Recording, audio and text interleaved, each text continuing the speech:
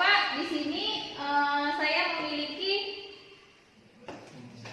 memiliki ada beberapa potongan kertas ya, Bapak-bapak, di sini yang telah saya buat. Di sini itu menyebutkan beberapa jenis kekerasan terhadap anak.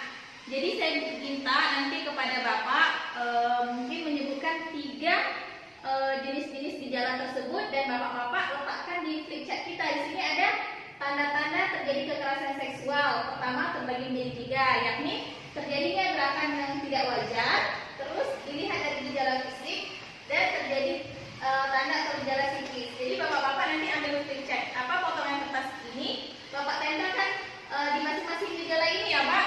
Saya minta 3 masing-masing Bapak-bapak ya. Boleh ya? Boleh. Oke, dimulai dengan Bapak Fandi. Boleh Pak dipilih Pak?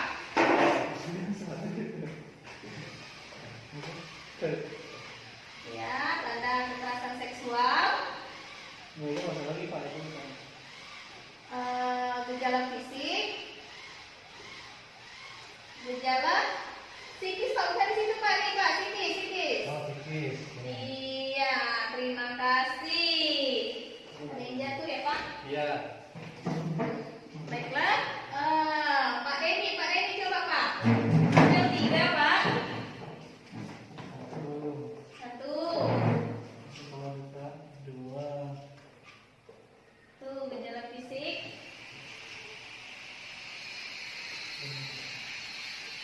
Oke, udah ya Pak. Oke, terima kasih ya Pak atas partisipasinya.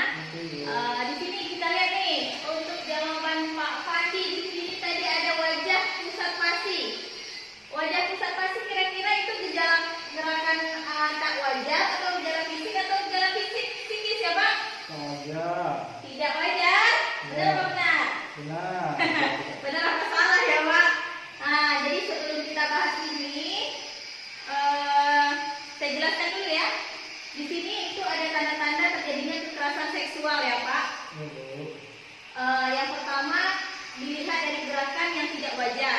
Itu ada kedua bahu terangkat sehingga menutupi leher. Ini gerakan refleks seorang anak untuk melindungi tubuhnya. Kemudian ada kepala tertunduk ke dalam. Kemudian ada kedua tangan dan kedua kaki menyimpul erat seperti gambar seperti ini ya Pak. Kemudian lutut bertekuk ke dalam, tubuh menekuk, mata berkedip-kedip, wajah pusat pasi dan sebagainya. Jadi wajah pusat pasi masuk ke gerakan tidak wajar. Benar Bapak Fandi. Kemudian mata berkedip-kedip. Ada nggak di sini Bapak? Bapak tanda-tandanya? Ada ya. Nih mata berkedip-kedip. Jadi jawabannya benar. Jadi wajah pusat pasi, mata berkedip-kedip merupakan salah satu gerakan yang tidak wajar pada anak. Oke, kita lanjutkan. Kemudian di sini memar di bagian tubuh, ada kesakitan saat BAB dan BAK ya, buang air kecil ya. Di sini kita bahas dilihat dari gejala fisik.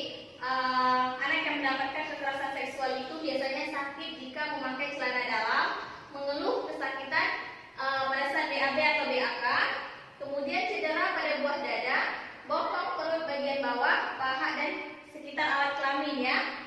Kemudian memar di bagian tubuh atau gigi. Kemudian ada rasa panas, nyeri di area gigitan dan rasa sakit jika disentuh. Kemudian ada cara jalan yang tidak wajar. Biasanya kan jalannya lurus, tiba-tiba jalannya ngangkang nih Bapak Ibu. Itu perlu dicurigai. Kemudian ditemukan bekas bercak darah atau cairan di dalam celana dalam anak Bapak. Ya, biasanya ibu-ibu nih yang mencuci baju anaknya menemukan ada bercak darah atau cairan berwarna putih yang berlebihan, itu wajar dicurigai. Kemudian kita lihat jawaban Bapak-bapak ya. Memar di bagian tubuh. Apakah itu termasuk gejala fisik? Iya. Termasuk?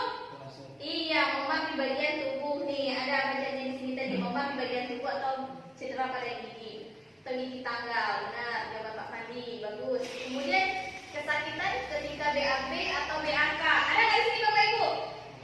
Ada ya. Nih, kesakitan ketika memakai celana dalam atau mengeluh kesulitan atau kesakitan saat BAB atau BAK. Jadi ini termasuk ke dalam tanda-tanda gejala fisik anak-anak yang mendapatkan kekerasan seksual ya. Bagus jawabannya. Terus ini lagi tanda gejala psikis pada anak yang mendapat kekerasan seksual itu. Di sini saya jelaskan terlebih dahulu.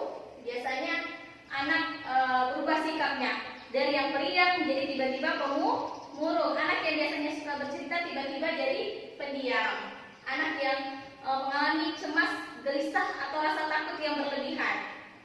Iya kan Bapak Ibu, biasa anak-anaknya yang biasanya ramah sama bapak, sama adik, atau sama kakaknya tiba-tiba jadi pemurung, tiba-tiba mengunci diri di dalam kamar dan sebagainya.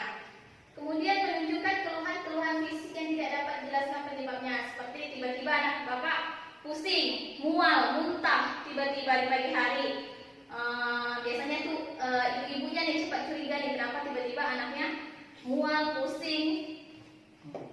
Kemudian sulit tidur dan mimpi buruk diikuti mengigau. Jadi ketika anak bapak nih ketika tidur sering bapak jumpai dia sering mengigau atau menjerit-jerit ketika tidur, itu merupakan tanda-tanda gejala psikis ya Pak.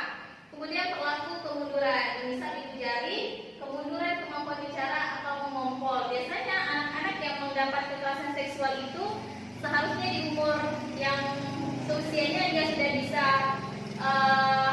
bergaul bersama teman-temannya, tetapi tiba-tiba hanya duduk diam di rumah, hanya termenung, itu mungkin bisa termasuk dalam gejala psikis ya Bapak Ibu. Jadi di sini kira-kira bisa dipahami? Bisa ya. Jadi tanda-tanda kekerasan seksual pada anak itu ada 3. Pertama bisa dilihat dari gerakan tidak wajar pada anak, kemudian dilihat dari gejala fisiknya, kemudian dilihat dari gejala psikis. Jadi jika di rumah nanti bapak atau ibu menemukan gejala-gejala ini, kira-kira apa yang akan bapak lakukan kepada anaknya? Coba Pak Denny, kira-kira apa yang akan bapak lakukan? Saya ini Bu, apa namanya? Saya coba ajak ngobrol dulu kira-kira apa yang dia anak ketika tidak terbuka. Ajak anak berbicara. Kalau Pak Pandi, ketika menemukan gejala ini pada anak bapak, apa yang akan bapak lakukan? Bertanya lebih dahulu. Bertanya. Ya. Terus apa lagi kira-kira selain bertanya? Melihat perilaku. Ya perilaku kan jelas nih, terlihat nih tanda-tanda ini ada. Terus kira-kira apa yang bapak lakukan? Langsung marah? Tidak, ya bagus. Terima kasih jawabannya Pak. Ya kita selaku orang tua ketika menemukan gejala-gejala seperti ini dengan anak, usahakan tidak langsung memarahi anak, karena itu akan menyebabkan anak langsung down. Biasanya anak yang langsung down itu tidak akan mau berbicara jujur, malah sebaliknya mereka akan menyembunyikan masalah yang mereka sedang hadapi. Ini juga akan berakibat fatal buat anak-anak yang mengalami kekerasan seksual. Mereka biasanya lebih cepat putus asa, lebih berpikiran pendek. Jadi mereka bisa saja berbuat sesuatu yang di luar akal kendali mereka secara tiba-tiba ya, Bapak-bapak. Jadi di sini kira-kira di sini sikap dan perilaku orang tua jika anak mengalami gejala-gejala kekerasan seksual tersebut yang harus Bapak lakukan. Yang pertama adalah tidak panik dan tidak marah. Seperti jawaban Pak Pandi tadi, tidak panik dan tidak marah. Ajak anak berbicara. Kemudian peluklah anak erat-erat untuk menunjukkan bahwa Anda sangat menyayangi mereka. Tunjukkan kalau Bapak peduli, Bapak care sama mereka. Ya, Bapak masih semangat nih? Hai. Halo. Hai. Ya, bagus. Jadi tadi pertama tidak panik. Yang kedua, peluk anak. Jadi biarkan anak merasa disayangi, merasa bapak-bapak peduli, care terhadap mereka. Kemudian sampaikan bahwa tidak ada satu orang pun yang boleh menyakiti mereka dan apapun yang terjadi akan tetap memberi perlindungan. Jadi yakinkan anak bapak kalau anak bapak itu aman dalam lingkungan atau dalam keluarga bapak. Jadi jangan bikin anak semakin merasa takut, bikin anak nyaman. Bapak, perhatiannya mohon ke depan dulu ya, Bapak Ibu. Saya minta waktunya hanya 5 menit. Kita bahas ini ya. Oke, terima kasih. Kemudian sikap yang harus Bapak ambil adalah jadi pendengar aktif tentang cerita dan pendapatnya. Jadi ketika Bapak sudah mulai mendekati anak, anak sudah merasa santai, rileks, ajak anak berbicara. Kemudian mintalah pertolongan ahli lembaga pelayanan dan yang terakhir mungkin Bapak Ibu bisa melaporkan ke polisi jika tanda-tanda kekerasan ini itu sudah memasuki tanda-tanda fatal. Misalnya